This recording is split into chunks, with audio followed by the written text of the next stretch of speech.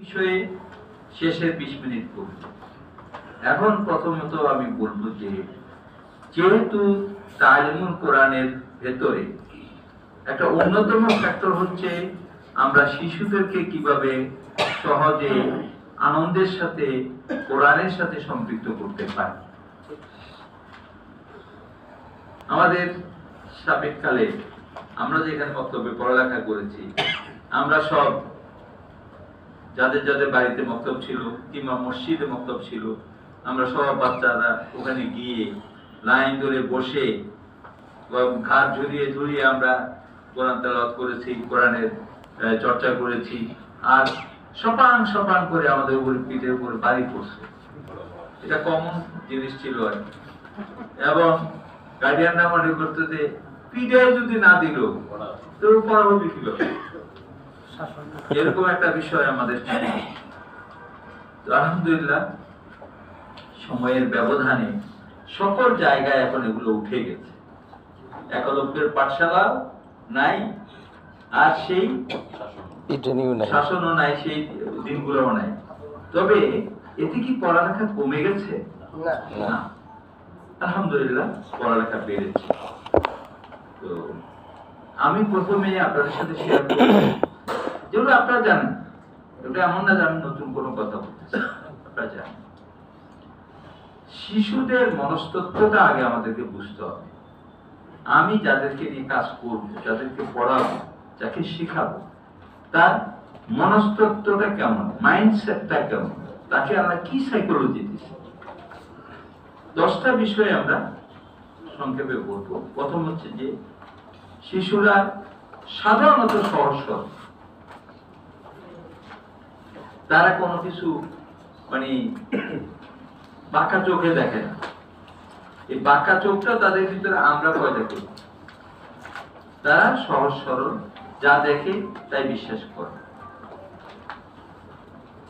এবং শিশুরা অনুকরণ প্রিয়, তারা মানে যেটাকে আমরা বলি যে তারা ইমিটেট করে, অনুকরণ করে। আপনি পড়াচ্ছেন, আপনার হয়তো কাশি আসছে, কাশি দেওয়ার জন্য আপনি পাশে গিয়ে এবার মুখ ঢাকছেন, এটা তো আদত, যাতে অন্যের দিকে আপনার মুখে কোনো কিছু জাম টাম না যায়। তা আপনি মুখ ঢাকছেন, সে কিন্তু এটার অর্থ বুঝে না, আপনি কেন ঢাকছেন এটা জানে না। কিন্তু পরের দিনই দেখবেন সেও আবার কাশি আসতে গিয়ে আবার কাশি আসে নাই, এমনিতে সবাই হুজুরে কেমনে কাশিতে জানাচ্ছি। এই যে সে এটা করতেছে, এটা হচ্ছে তার অনুকরণ প্রিয়তা। এই জন্য সাইকোলজিতে বলা হয় যে শিশুরা বাবা মা বক্তৃতা থেকে কিছু শিখে না, তারা বাবা মা কি করে এইটা থেকে শিখে। এবং এই যে এটা থেকে শিখে, এটা আমাদের সামনে রাখতে হবে। অর্থাৎ আপনার এবং আমার প্রত্যেকটা কাজের দিকে তার চোখ আছে, সে আপনাকে এবং আমাকে দেখছে যে আমরা কি করতেছি। তারপরে শিশুরা সত্যবাদী, ইন জেনারেল বাচ্চারা বলে ফেলে। ওই যে এক লোক তার বাচ্চাকে শিখাই দিছে যে তোমার অমুক আঙ্কেল আসলে বলবা যে বাবা বাড়িতে নাই, আপু বাসায় নেই। তো এখন উনি যখন আসছেন তখন সে এদিক ওদিক তাকায় বলে যে আঙ্কেল আপু বলছে আপু বাসায় নেই। সে তো অল্প কথা বলে ফেলছে, কারণ তার মুখ দিয়ে মিথ্যাটা আসে না। Unless we teach them. অধিকাংশ ঘরে দেখবেন আমাদের সিনিয়ররা, আমরা বড়রা তাদেরকে মিথ্যুক বানাই। সে দেখে যে আমার স্যার যদি, আমার হুজুর যদি এই কথা বলতে পারে, আমার মা যদি মিথ্যা বলতে পারে, আমি কি দোষ করছি? তাহলে সে হক পরস্ত। এটা আমি বলছি, এগুলো হচ্ছে ন্যাচারাল যে জিনিসগুলো আমরা তাদের ভিতরে দেখি। শিশুরা অল্পতেই খুশি, আপনি একটা শিশুকে অনেক টাকার জিনিস দিয়ে খুশি করতে পারবেন না, ছোট্ট একটা জিনিস আহার দিলে, খালি দিলে, আপনি খুব খাঁটি দিলে, তাকে এটা দিছেন, সে খুশি হয়ে গেছে। ছোট ছোট ছোট ছোট উপহার বাচ্চাদেরকে অনুপ্রাণিত করে। আমার এখনো মনে আছে যে ৭৪ সাল আমি স্কুলে 8-এ পড়ি। তো আমাদের তখনকার দিনে চিটং শহরে ঝিঙ্গে ফুলের আসর ছিল, সাহিত্য শিশুদের সংগঠন ঝিঙ্গে ফুলের আসর। পরে না আমরা এটাকে সব মিলে ফুলকড়ি করছি। আমি তো 8-এ পড়ি, তো শহর থেকে লোক আসছে স্কুলে, মানে যিনি শহরের পরিচালক, এসে উনি ছাত্রদের মাধ্যমে, স্কুলে তো সাদাই হলো ইসলামী আন্দোলনের আসল মূল, আমাদের নুরুল্লাহ স্যার ছিলেন, নোয়াখালী কেউ থাকলে চিনবেন, মাইজদিন নুরুল্লাহ স্যার একসময় আমি ছিলেন, জেলা স্কুলের হেডমাস্টার ছিলেন। উনি কিন্তু আমার সরাসরি শিক্ষক, এবং আমাকে দিনের পথে এগিয়ে আনার ক্ষেত্রে আমার বাবার পরে যে লোকটার ভূমিকা, তিনি হচ্ছেন নুরুল্লাহ। তো উনি আমার বলে যে, এই তোমার কাছে তোমার এক আত্মীয় আসছে। কি রে, আমার আত্মীয় আসছে, আমি তো জানি না এরকম আত্মীয়। তো পরে আমি বাইরে হইলাম, দেখি যে 2 জন ভাই অপেক্ষা করতেছে, তারা সংগঠনের দায়িত্বশীল। তো ওনারা আমাকে সালাম দিয়ে বললো যে, তুমিও ওবায়দুল্লাহ, নুরুল্লাহ স্যার বলছে তোমার সাথে কথা বলতে, এদিকে আসো, চলো। ক্লাস বাদ দিয়ে আমি চলে গেলাম। তো ওখানে ওনারা বললেন যে, আমরা একটু তোমাদের সাথে চা খাবো, চা খাওয়াবো তোমাদেরকে, তুমি কয়জন বন্ধু আনতে পারো। তো স্কুলে আমার অনেক জনপ্রিয়তা, আমি বললাম যে কত শ লাগবে, এটা বলো।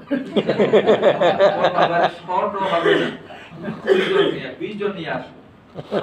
তো 20 জন নিয়ে গেছি। আমাদের কেউ কাউকে ছড়া, কবিতা ওই তৈরি করতেছে আর কি, ট্রেনিং। তো এখন সব পড়া করার পরে বলে তোমাদের সবার জন্য পুরস্কার আছে। পুরস্কার কি? ওই পেন্সিলের আগায় রাবার লাগানো পেন্সিল আছে না, তখন এটা মাত্র বাইরে হইছে আর কি, এইটা একটা করে দিছে। এইটারে যে যত্নে রাখছি, আমার মনে হয় 20 না 22 বছর পরে এটা ফালাইছি আমি।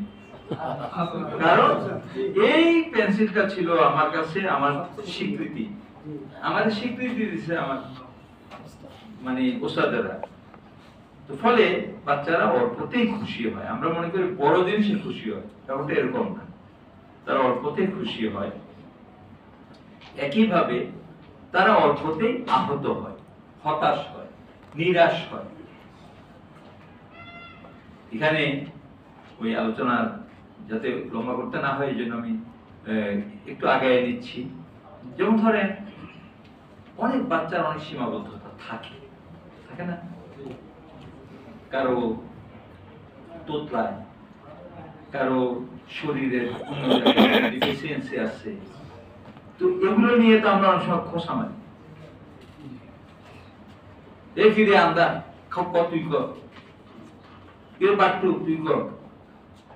এগুলো অনেক সময় অনেকে মনে করে আমি আদর করে বললাম। আপনি তো আদর করে বলছেন, সে কিন্তু ওইটাকে আদর হিসাবে নেয় না। ফলে সে অল্পতে আহত হয়ে যায়। স্যারে আমার এটা নিয়ে কথা বলছে, হুজুরে আমাকে এটা নিয়ে খোঁটা দিছে বলছে, বা তার গলাটা সুন্দর না, অনেকের লাহান শুদ্ধ হয় না। গ্রামারে 100% লাহানের কারণে তাকে আবেজ হিসাবে নেয় না, এমন হয় না? তো এরকম আমাদের বাচ্চাদের ক্ষেত্রে এটা হয়, তার বিকাশটা আস্তে আস্তে হয়। তো যার কারণে এই যে অল্পতেই আহত হয়, এই সাইকোলজির এই দিকটাও আমাদের কিন্তু মাথায় রাখতে হবে। এরপরে শিশুরা হচ্ছে সংবেদনশীল, সেনসিটিভ। আপনি এটা খেয়াল করছেন যে বাচ্চা ছেলেরা তাকে কেউ ইগনোর করলে অসাধারণ রিয়েক্ট করে, পাত্তা দেয় না। ঠিক তাকে একটু বাবার আদর দিয়ে কেউ আদর করলে সেখানেও সে গলে যায়, সে এসে খালি আপনার পাশে দাঁড়াইতে চায়, সে আপনার কাছ থেকে আদর পেতে চায়, আপনার কাছ থেকে শিক্ষা নিতে চায়। এই সংবেদনশীলতাটাকে আমাদের মাথায় রাখতে হবে। এবং যে কথাটা আমরা বলছিলাম, শিশুরা হচ্ছে কাদামাটি। আপনি এটাকে যে কোনো শেপ দিতে পারবেন। এটা আমি আলহামদুলিল্লাহ এই 50-55 বছর তো এবারে খুব ভালোভাবে সংগঠন করছি। তো এই সময়ের মধ্যে মানে এটা হাড়ে হাড়ে উপলব্ধি করেছি যে একটা বাচ্চাকে আপনি যেভাবে তৈরি করতে পারেন, যে জায়গায় নিতে পারেন, সেটা আপনি বড় হলে পারতেছেন না। কিছুটা ওই হাড়ি মানে আপনি যখন ওই মাটি দিয়ে অলরেডি কোনো শেপ দিয়ে ফেলছেন, এটা পাতিলের শেপ বা হাড়ির শেপ, তখন এটাকে ভেঙে গুঁড়া করতে পারবেন, কিন্তু এটাকে আপনি নতুন করে কিছু তৈরি করতে পারবেন না। এখন আপনাদের হাতে এই কাদামাটি গুলা, এই বাচ্চাগুলাকে গার্ডিয়ানরা ছেড়ে দিচ্ছে। আপনাদের মতো আমি বুঝাচ্ছি, আপনারা তো সিনিয়র লোক, আপনারা তো আবার আপনাদের পরবর্তী জেনারেশন যারা মাঠে কাজ করে, আপনারা তো অধিকাংশ হলেন সুপারভাইজার, ঠিক না? আপনারা পাইলট প্রকল্পের জন্য এখান থেকে প্রস্তুতি নিয়ে যাচ্ছেন, নিজ নিজ জেলায় নিজ নিজ এলাকায় আপনারা গিয়ে ইনশাআল্লাহ এই কাজটাকে ব্যাপকভাবে ছড়িয়ে দিবেন। তো যারা আপনার হাতে, আপনার সাথে যারা কমান্ডার হিসাবে কাজ করবে, জুনিয়র কমান্ডার হিসাবে, তাদেরকে আপনি এই সাইকোলজিক্যাল অ্যাসপেক্ট গুলো, সাইকোলজির দিকগুলো তাদের কাছে ক্লিয়ার করতে হবে। আমার একটা সুযোগ হয়েছিল দীর্ঘদিন চট্টগ্রাম মহানগরীতে বাচ্চাদের নিয়ে কাজ করার কারণে। দেখেন, চট্টগ্রাম শহরে যতগুলো স্থানীয় পরিবার আছে, বড় লোক স্থানীয় পরিবার, যাদের পরিবার থেকে আমাদের ঘরে কিছু লোকজন আসছে, আমাদের সংগঠনে আসছে, অনেকের আলহামদুলিল্লাহ ভূমিকা ছিল, কিন্তু আমরা দুইজন জোর মালিক হিসেবে কাজ করতাম। আমাদের শাহজাহান চৌধুরী আর আমি, উনি আমার পরিচালক, আমি ওনার সহকারী পরিচালক। উনি লাল বত্তার মতো মোটা মানুষ, সাইকেল চালাইতে জানে না, আমার নিজের সাইকেল, উনি ওই রডের সাইকেল এটার উপর বসে, ভাই সারা শহরে ওনারে চালায় চালায় আমার কাজ করতে। যাই হোক, আমরা যেহেতু কিছু বাড়িতে যেতে পেরেছিলাম, আপনারা হয়তো শুনবেন যে অমুকের ছেলে, অমুক সাবেক অমুক মন্ত্রী বা অমুক, এরা আমাদের হাতে সংগঠনে সম্পৃক্ত হয়েছিল। মাধ্যমটা কি ছিল? আমার মনে আছে যে মাধ্যমটা কিছুই না। যে এদের বাসা বাড়িতে আপনি গেলে, আপনি এদের তো বিরাট বাড়ি করে, এদের ওখানে ঢুকতে গেলে হয়তো পারমিশন লাগে, নানা ঝামেলা আছে, ঢুকতে দেয় না। আমরা কি ছিল না, আমি যেটা মনে করেন যে আমি ওসিলা একটা তো লাগবে, আমি সেটা বলছি। কোরআন ইজ দি বেস্ট ওসাইল, যেটা আমরা আলোচনায় যাচ্ছি। কিন্তু আমি যেটা মনে করেন যে ছেলেটা অসুস্থ হয়েছে, দেখতে গেছি, তারপরে তার একটু খোঁজ খবর নিছি যে তোমার ম্যাথমেটিক্সের খবর কি, তোমার ইংলিশের খবর কি, খুব দুর্বল। তো বললাম যে খালাম্মা, আপনি যদি কিছু মনে না করেন, আমি ওকে ম্যাথমেটিক্সটা করাই দিই, আমি 15-20 দিন দেখতে দেখবেন যে ও খুব ভালো করে ফেলেছে, বা ইংলিশটা করাই দিই। এই ঢুকছি আর কি। বাস আলহামদুলিল্লাহ, সেই যে সম্পর্ক এখন পর্যন্ত চলতেছে। দেশে পালাই গেছে, কিন্তু আমাদেরকে ছাড়েনি। বেশি বলা যাবে না। ফোন করে বলতেছে যে ভাইয়া আমাদের দিকে একটু তাকাই না। তাকাইতে তাকাইতে তুমি দেশে চলে গেছো, আর কত তাকাবো। যাই হোক, আমরা কাদামাটির মতো এই লোকগুলোকে, আমি একটা ঘটনা বলি। এদের ভিতরে একজন মন্ত্রী ছিল এবং একসময় চিরন চেম্বারের সভাপতি ছিল। তো চেম্বার সভাপতি থাকার অবস্থায় সে রাজনৈতিক নেতৃবৃন্দের সাথে মত বিনিময়, সামাজিক ও রাজনৈতিক নেতৃবৃন্দের সাথে মত বিনিময়, ইঞ্জিনিয়ার ছিল। তো অত স্টেজে বসান সভাপতি সাহেব, আমি আর মাওলানা শামসুল ইসলাম ভাই গেছি আমাদের পক্ষ থেকে। গিয়ে ঢুকছি, তখন প্রোগ্রাম শুরু হয়নি, সে দৌড়ে এসে আমাকে জড়ায় ধরে ওকে নিয়ে একটু ইয়ে করতেছে। পাশে দাঁড়াই আছে হলো আওয়ামী লীগের সভাপতি মুসলিম উদ্দিন। তো উনি ভাই জামাইদাদেরকে বুকে নিচ্ছ, আমাদেরকে নিশ্চয় না, চিটাঙ্গা শুদ্ধ এটা খেয়াল। আর সে বলে যে চাচা আপনারা আমাদেরকে শিখাইছেন রাজনীতি, আর ওনারা আমাদের শিখাইছে কিভাবে মানুষ হইতে হয়। আচ্ছা ভাই, আপনার জীবনে এর চাইতে বড় স্বীকৃতি কি দরকার? ওরা আপনাকে কোটি টাকা দিতে পারবে, কিন্তু কোটি টাকা চাইতে এই কথাটা দামি না? 100%। এই যে আপনি আমার সামনে বসে আছেন, এই আপনি যদি 10 জন নুরুল্লাহ তৈরি করতে পারেন, তাহলে আমার মতো 100 ওবায়দুল্লাহ এসে বলবে যে আমি আপনার কাছে ঋণী। সেই কারণে সমাজে শিশুদের নিয়ে আমরা যারা কাজ করি, আমাদের এই কাদামাটির মতো শিশুদেরকে সেভাবেই ডিল করতে হবে, সফট হ্যান্ডে ডিল করতে হবে। তারপর শিশুরা স্বপ্ন চায়। আপনারা তো অন্য স্বপ্নের কথা বাদ দেন, সব শিশুকে স্বপ্ন দেখাইতে হয়। সবার বাপ মাই কিন্তু তার বাচ্চাকে স্বপ্ন দেখায়, এই তো আমার বাবু সোনামণি ওইটা এটা বলে। তারপরে বাচ্চাদেরকে বলে তুমি একদিন বড় ডাক্তার হইবা, তুমি দেশের প্রেসিডেন্ট হইবা। বাপে আবার সেলিউট দেয়, বাবা এখানে দাঁড়াও, তুমি প্রেসিডেন্ট, আমি তোমার একটা সেলিউট দিলাম। এটা দেখে সেটা তো মনে করছে সে রাজা হয়ে গেছে। এটাই তাকে স্বপ্ন ভিতরে নিতে হবে। আপনাদের কোরআনের পাখি হিসাবে, কোরআনের খেদমত করে, কোরআনের কারি হিসাবে যারা বিশ্বময় খ্যাতি অর্জন করেছে, এদের তেলাওয়াত শুনে যখন আপনি বলবেন যে তুমি কি সুদাইসের মতো তেলাওয়াত করতে পারবা না, সে তো পারুক আর না পারুক, সেদিন থেকে সে সুদাইস, সেদিন সে গেছে মানে এই জমানার যে সমস্ত বড় বড় কারি সাহেব আছে, সেদিন থেকে সে আজারি। এটাই হচ্ছে খুব স্বাভাবিক। তোর স্বপ্ন মমতার ভিতরে তাকে আপনাকে আমাকে নিতে হবে। আর শিশুরা সুন্দরকে ভালোবাসে, এতে কোনো সন্দেহ নেই। যেহেতু শিশুরা সহজ সরল, যেহেতু তারা খুব সহজে ইমপ্রেস হয়, ইমপ্রেস হওয়ার জন্য তো ইমপ্রেস করার মতো লোক লাগে। আমার মতো এরকম শুকনা টুকনা চেহারা সুন্দর খবর নাই, এরকে দেখলে দৌড়ে আসবে নাকি? দৌড়ে আসবে তো ইমরান খানকে দেখলে, দৌড়ে আসবে হইলো আজারিকে দেখলে, দৌড়ে আসবে হলো এরকম যারা সুন্দর আছে মাসুদ সাইদিকে দেখলে দৌড়ে আসবে। এটাই স্বাভাবিক। এবং শিশুরা ভালোবাসার কাঙ্গাল। দিন শেষে প্রত্যেকটা শিশুই সে ভালোবাসার কাছে ঋণী। যে তাকে ভালোবাসবে সে তাকে ভালোবাসবে, যে তাকে আদর করবে সে তাকে আদর করবে।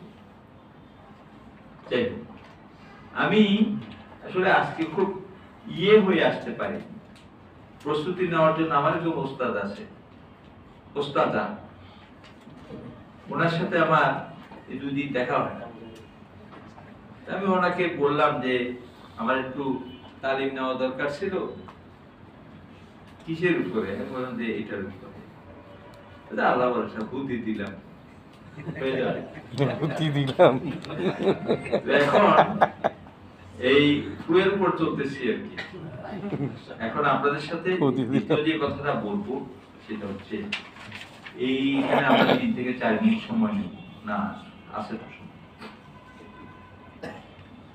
আমরা যারা এই মূল এজেন্ডায় যাওয়ার আগে আমরা এতক্ষণ আলাপ করলাম শিশুর সাইকোলজি, যে বিষয়গুলোকে আমাদের সামনে রেখে শিশুর সাথে কাজ করতে হবে। সে আপনার ছাত্র হোক, সে আপনার মানে নাতি ছাত্র হোক, বা আপনি তাদের ব্যবস্থাপনার সাথে থাকেন, যেখানেই থাকেন না কেন, এই 10টা বিষয়কে সামনে রাখলে আপনি বড় ধরনের কোনো অ্যাক্সিডেন্ট করবেন না, যে কারণে শিশুরা বিদ্বেষী হয়ে যায়, মন খারাপ করে চলে যায়। যেমন ওস্তাদের কাছে বা এই মক্তবে এরকম টাইট অবস্থা আমি করবো না। আমার আব্বা পতেঙ্গায় ইসলামিয়া মাদ্রাসা আছে একটা, পতেঙ্গা ইসলামিয়া মাদ্রাসা, সেই মাদ্রাসার প্রতিষ্ঠাতা উনি, যেহেতু ওখানকার দায়িত্বশীল ছিল, তো আবেগের ঠেলায় উনি আমার 2 ভাইকে, আমার তৃতীয় ভাইকে মাদ্রাসায় নিয়ে ভর্তি করেছি স্কুল। আমি ওনাকে এখনো বলি যে জীবনে কি ভুল করছেন জানেন? আমারে মাদ্রাসায় দিলেন, নিয়ে দিলেন এই দুইটা হলো দুনিয়ার বিজ্ঞান। এরপর থেকে ক্লাস 5 এ উঠার পরে দেখি যে বাসায় এসে আব্বুকে বলতেছে যে আব্বা আমাদের পক্ষে মাদ্রাসা পড়া সম্ভব না, কারণ সিলেবাসটা একটু পড়া ছিল। ওনারা আবার উর্দুও চালু করছে, তারপরে ফার্সি কিতাব একটা রাখছে। তো ক্লাস 5 এর বাচ্চা সে বলতেছে আব্বাকে যে ভাইয়া তো এত কিছু পড়ালেখা করে না, আমি তো বাংলা ইংরেজি আরবি দিয়ে চালাই দিতেছে, আমাদের জন্য ফার্সি আর উর্দু আর শিখতে যাবো, আমরা এখানে পড়বো না। ক্লাস 6 এ উঠি মাদ্রাসা ছেড়ে চলে আসি। দেখেন তার সাইকোলজির সাথে যায়, সে এটা নিতে পারেন। এখন হচ্ছে আমরা যারা উস্তাদ বা যারাই তালিমের কোরআন তালিমের দায়িত্ব নিচ্ছেন, তাদের জন্য এই কয়টা কথা একটু আমরা সামনে রাখবো। সেটা হচ্ছে আমরা জানি মানুষ ইমপ্রেস হয়, মানুষ মানুষকে দেখে তার দ্বারা প্রভাবিত হয়, ভালোভাবেও হয় খারাপভাবেও হয়। এই জন্য একটা বিখ্যাত প্রবাদ আছে, আগে তো দর্শনধারী তারপরে গুণ বিচারী। আগে তো লোকটা দেখতে কেমন, ওই আজকে দেখলাম এখন তো ফেসবুকে বা ইয়েতে গেলে কিছু অন্য জিনিস আছে, দেখলাম কিভাবে চিনবেন যে এই মেয়েটা বা এই ছেলেটা শাহবাগী। তার প্রতি 1 নম্বরে বলতেছে মাথার দিকে তাকালে দেখবেন মাথার মধ্যে পাখির বাসা হয়ে গেছে। হ্যাঁ, তাদের পাশ দিয়ে হাঁটার সময় দেখবেন শরীর থেকে এমন বদবু, এমন খারাপ গন্ধ বাইর হবে, মনে হয় যেন 100 বছর ধরে গোসল করেন। তো ওরকম আমাদের কাছেও তো মানুষের একটা প্রত্যাশা আছে। তাহলে প্রথমত হচ্ছে যে আমাদেরকে মানে নিজেরা সুশৃঙ্খল, পরিপাটি, পরিচ্ছন্ন রাখতে হবে। চেহারাটা আল্লাহ দিয়েছেন, কণ্ঠ আল্লাহ দিয়েছেন, কিন্তু আপনার কণ্ঠের অনুশীলন, আপনার চেহারা ঠিক রাখা, আপনার গায়ের কাপড় চোপড়, এগুলো তো আপনাকে ঠিক করতে হবে। তো সেই কারণে আমরা যাতে সুস্থ সবল নীরব থাকতে পারি, পায়ের নখ থেকে মাথা চুল পর্যন্ত একদম সুন্দর মানুষ হতে পারি, চুল নখ মোচ দাড়ি এগুলাকে ট্রিম করে সুন্দর করে রাখি, যাতে পরিপাটি চুল থাকে, সুন্দর দাঁত থাকে এবং পরিচ্ছন্ন হাত থাকে। আপনার সাথে হাত মিলাইলে যাতে আরেকজনের কাছে মুছতে না হয়, ধুইতে না হয়, এটা হয় অনেকে করে। যে কারণে পোশাক আশাকে আমরা একটু যত্নবান হব। এবং পারতপক্ষে আমি তো বলবো যে সম্মানিত শিক্ষকগণ, তারা আমি সাদা কালো নীল লাল এটা বলবো না, কিন্তু মানে পরিপাটি পোশাক লাগবে। এখন তো আলহামদুলিল্লাহ আপনারা সবাই খুব সুন্দর সুন্দর পোশাক পরেন, সবাই আমরা অনেক দামি দামি পাঞ্জাবি পরি, এখন আছে বাজারে, এগুলো এখন আছে। আগে অনেক আগে বলেন, এমনকি এই যে আবু রেজা নদভী, এর সাথে আমার যেদিন প্রথম দেখা হয়েছে, আইসিতে আসছে, আমি রেজিস্টার, সে আইসিতে জয়েন করবে, তো সেদিন দেখি যে ক্যারোলিনের একটা সবুজ রঙের পাঞ্জাবি পরে আসছে। আমি অনেকক্ষণ তাকায় থাকলাম, কি এই আধুনিক যুগেও বেচারা এই অবস্থা কেন? পরে বুঝলাম এটা তো তার তো কিছু না, যেই পরিবেশে ওনারা পড়াশোনা করেছেন ওখানে হয়তো এগুলোকে এনকারেজ করা হয়েছে। এখন আমি এটা বুঝাচ্ছি না যে আপনাকে খুব দামি পাঞ্জাবি পরতে হবে, দামি কাপড় চোপড় পরতে হবে, কিন্তু আপনাকে যে পরিচ্ছন্ন কাপড় পরতে হবে। আপনাকে যে শহীদ আব্দুল মালিকের মতো আপনার একটা পায়জামা একটা পাঞ্জাবি, নাসের ভাইয়ের গল্প, এটা আমার গল্প না, নাসের ভাই মালিক ভাই একই দিনে শপথ নিয়েছেন সংগঠনে। তো নাসের ভাইয়ের খুব শখ, উনি চিরাং মহানগরীর সভাপতি, ইনি ঢাকার সভাপতি, যে শখ যে আব্দুল মালিকের সাথে এক রাত থাকবেন। এসে ওনার সাথে দখলে ছিলেন এফএসর, এবং উনি বলে যে আমি তো ইচ্ছে করেই আসছি।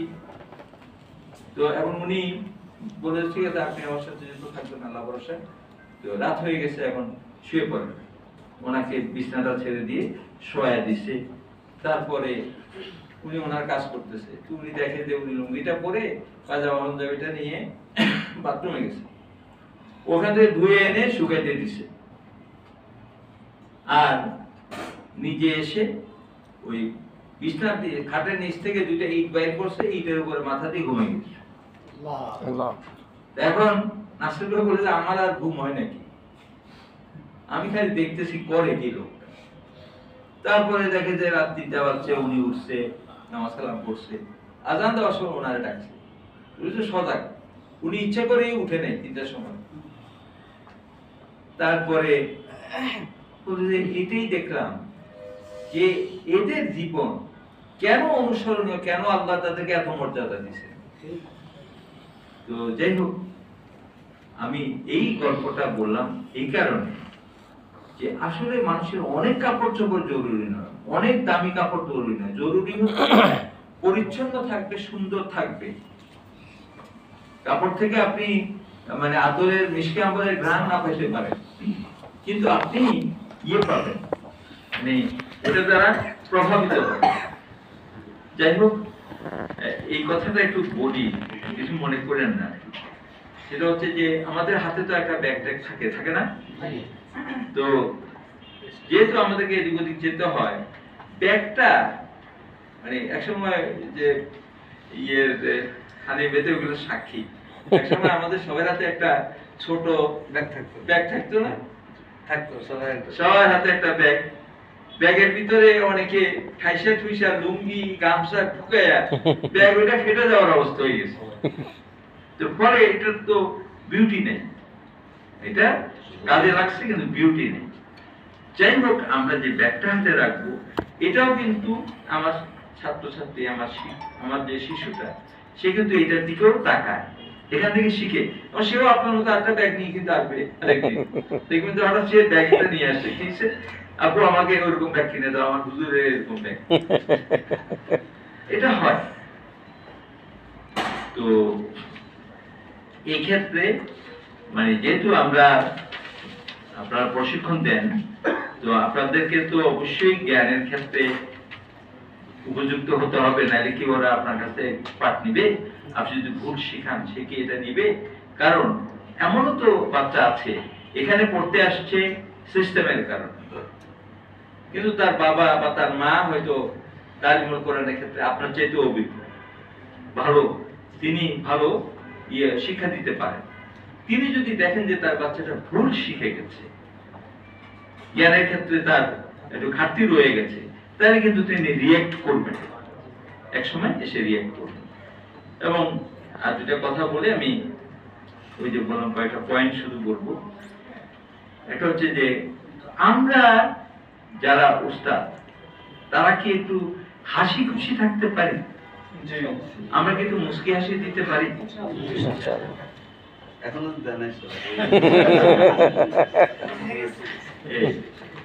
এলো আসল উস্তাদ। জি জি জি, দিচ্ছিলেন না, ওটা উনি আপনাদের কাছে আদায় করে দিচ্ছেন।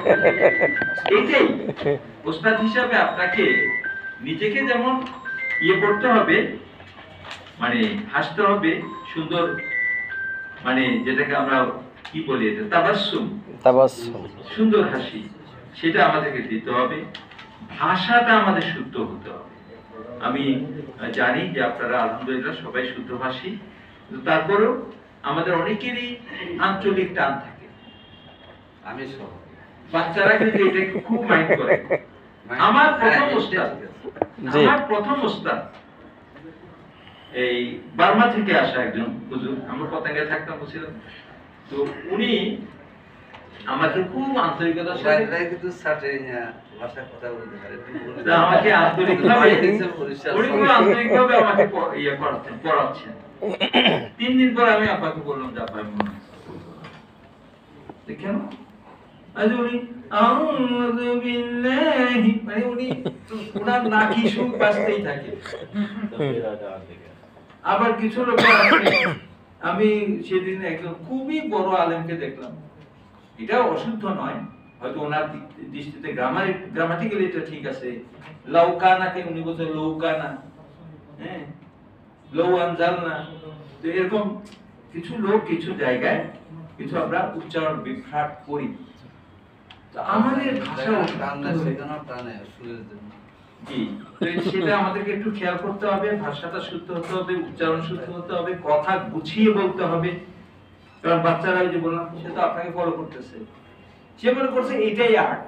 আমার সাবজেক্ট বলে, আমার হুজুর যেহেতু এভাবে বলে, এইটাই মনে হয় শুদ্ধতম বিষয়। অন্তত শিক্ষকের কাছে শুদ্ধতম বিষয়টি সবাই আশা করে। আমরা শিক্ষকরা বিশেষ করে আমি বলবো, আমরা কখনো কানে জ্বালা হয় এভাবে কথা বলা উচিত নয়। অনেক শিক্ষক চিৎকার দিয়ে পড়ান, তো চিৎকার দিয়ে পড়াটা তো বাচ্চারা নিতে পারে না, আর কানের পর্দার উপরে আঘাত হয়। আমি এমন দেখেছি, মা চিল্লাচিল্লি করতেছে, বাচ্চারা বিরক্ত হয়ে কানে আঙুল দিয়ে চলে যাচ্ছে। তাই বললাম যে কি হয়েছে এখানে, আমার আত্মীয় স্বজনের ভিতরে বলতে আম্মা এভাবে চিল্লাচ্ছে, এই জন্য আমরা এখন কানে হাত দিয়ে চলে নিতে পারতেছি না, দিতে পারতেছি না।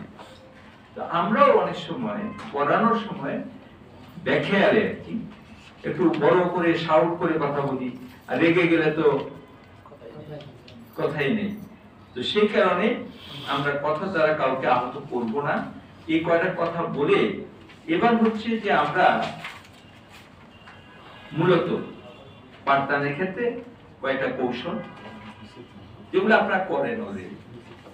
এখন তো পড়ালেখার ভিতরে দেখছেন যে কেজি স্কুলে আমরা খুব হাসাহাসি করছিলাম না, ওই যে গত সরকারের আমলে যখন এই বাচ্চাদেরকে নিয়ে তারা বিভিন্ন রকম খেলাধুলা এগুলো সব ট্রল হইতেছিল না? জি জি।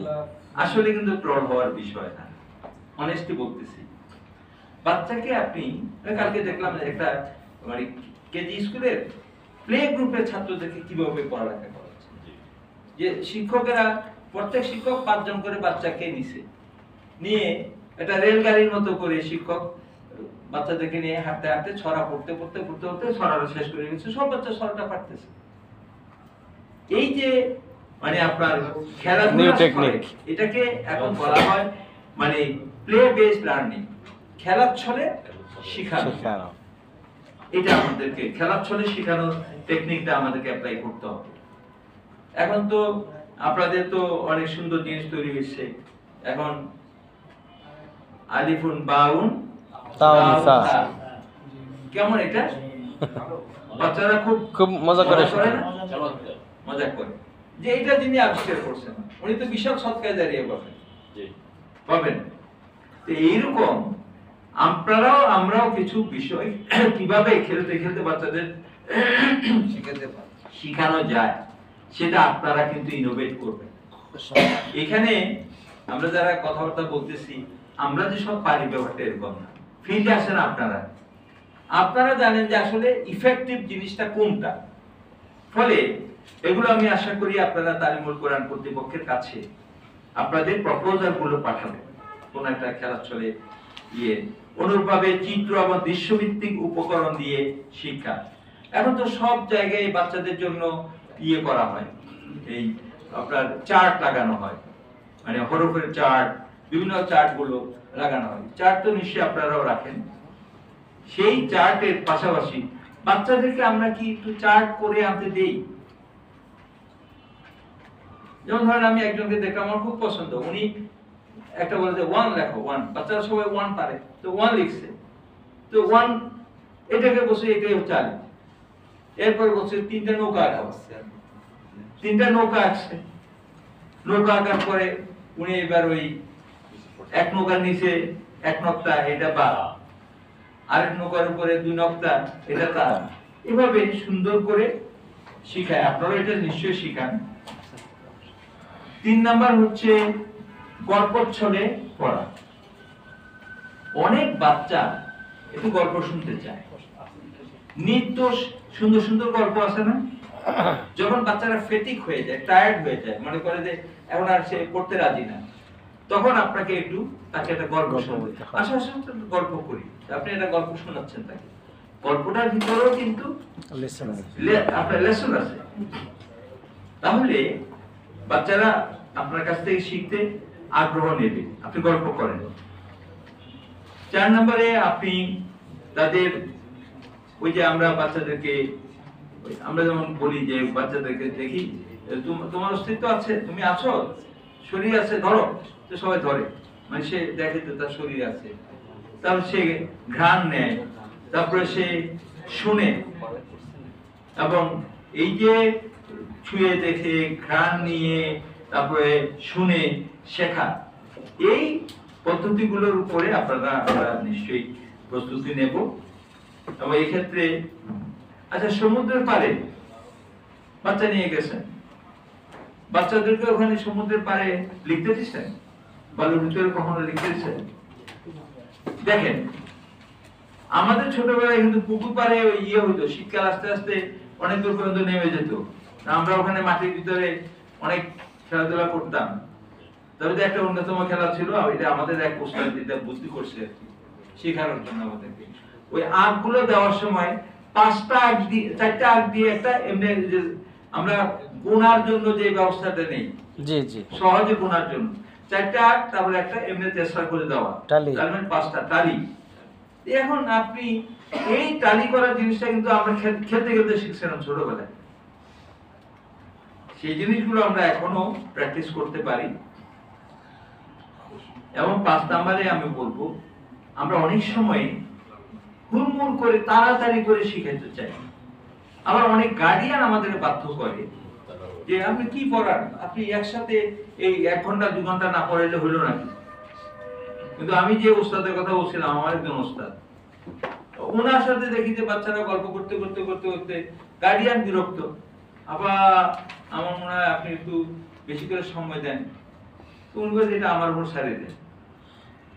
3 মাস পরে দেখি সে আপা আসছে আমাদের বাসায়, মিষ্টি নিয়ে আসছে। আমি কি ব্যাপার? বলে যে ভাই, আলহামদুলিল্লাহ আমার বাচ্চাগুলো একেবারে এখন কোরআনের প্রতি এত আগ্রহী, এইভাবে শিখছে, এইভাবে শিখছে। উনি গল্প করতেছে, আমি তো জানি, এই গল্পের রূপ তো আমার জানা আছে। তাহলে যদি আপনি আমরা সাধারণত যে বড় পাঠদান করি লেসন প্ল্যানের সময়, আপনাকে ছোট ছোট করে লেসন প্ল্যান করতে পারলে ভালো হয়। নিশ্চয়ই এখান থেকে সেই গাইডলাইন আপনাদেরকে দেওয়া আছে। তারপরেও আমি বললাম যে ছোট ছোট, যেটাকে আমরা মাইক্রো লার্নিং বলি, ছোট লেসন দেওয়া, কারণ শিশুদের মনোযোগ তো সীমিত।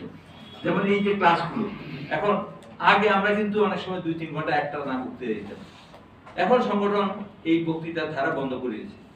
এখন সংগঠন কোনোভাবেই একটা বক্তৃতার টাইম 40 to 45 মিনিট, এর বেশি দেয় না। খেয়াল করছেন এটা আপনারা? এর সবাই শপথের কর্মী না? প্রায় সবাই তো শপথের কর্মী। এখন কিন্তু সংগঠনের সব দায়িত্বশীল আলহামদুলিল্লাহ 45 মিনিটের ভিতরে একটা বক্তৃতা শেষ করে দেয়, বিষয়ের উপরে একেবারে হক আদায় করে। তাহলে সেই ক্ষেত্রে আপনার একটা বাচ্চা তো 20 মিনিটের বেশি নিতে পারে, 15 মিনিটের বেশি নিতে পারে না একটা না করা। তো সেই কারণে আমি বলবো যে আমরা মাইক্রো লার্নিং এর বিষয়টা একটু খেয়াল করব। এরপরে হচ্ছে পজিটিভ রিইনফোর্সমেন্ট বা মোটিভেটেড করা। ওই যে বললাম, আমার স্যার নুরুল্লাহ স্যার ক্লাসে এসে বলতেছে, ওমরের মতো তুমি ছিলে মহাপ্রাণ, ওই কি এরপরে মানে জীবনে যা ছিল তা করে গেলে তা। এই 2 লাইন কবিতা বলে বলতেছে যে আমি 2 লাইন কবিতা বললাম, এর কে পারস স্যার খুব আদর করে কথা বলে, কি পারস কে? আমি একটু হাত উঠাইলাম, আসসালামু আলাইকুম, হাত উঠাইলাম, বলে যে পারলে আমার পকেটে বেতনের পুরো টাকাটা আছে, এই টাকাটা